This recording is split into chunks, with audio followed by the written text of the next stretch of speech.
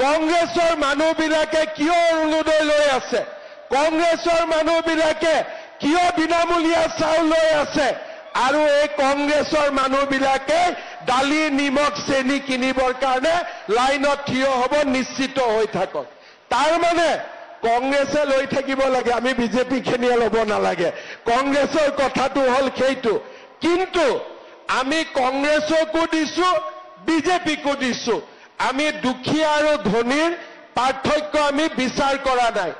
এজনে ক'লে যে মিঠাতেল দিব নালাগে, তেতিয়া মই ক'লো সৰুতেতো মোৰ জ্বৰ হ'লে মায়েতো মিঠাতেল গৰম কৰিয়ে ভৰিৰ তলত মালিচ কৰিছিলে, কৰে নে নাই আপোনালোকে?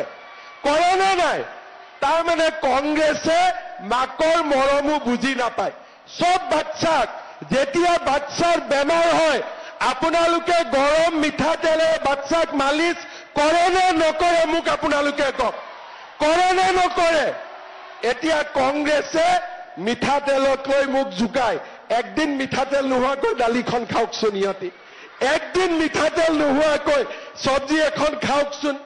তাৰমানে মই এইটোৱে বুজিলো যে এই কংগ্ৰেছৰ মানুহবিলাকক তেওঁলোকৰ মাকে সৰুতে চিনি পাইছিল যে ই আগত গৈ কংগ্ৰেছে হ'ব, সেইকাৰণে তাৰ জ্বৰ উঠিলেও তাক তেলেদি কেতিয়াও মালিচ নকৰিছিলে। সিহঁতে আগতে মাকেতো চিনিয়ে পায়, মাকেতো কোন বাচ্চা কি হ'ব আগতে বুজি পায়। গতিকে মাকে বুজি পালে যে ই ডাঙৰ হয় ডাক্তৰ ইঞ্জিনিয়াৰ নহয়, ই ডাঙৰ হয় কংগ্ৰেছীয়ে হ'ব। সেইকাৰণে তেওঁলোকক কেতিয়াও মিঠাতেলেদি মালিচ কৰা নাছিলে।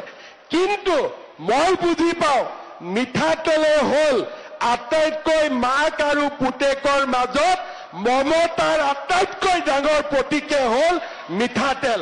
আৰু সেইকাৰণে আমি যিহেতু আমাৰ মায়ে আমাক মিঠাতেল মালিচ কৰাই কৰাই ডাঙৰ কৰিছিলে, সেইকাৰণে আমি মাৰ মৰম বুজি পাওঁ। মই ঠিক কৈছো নে নাই কওক?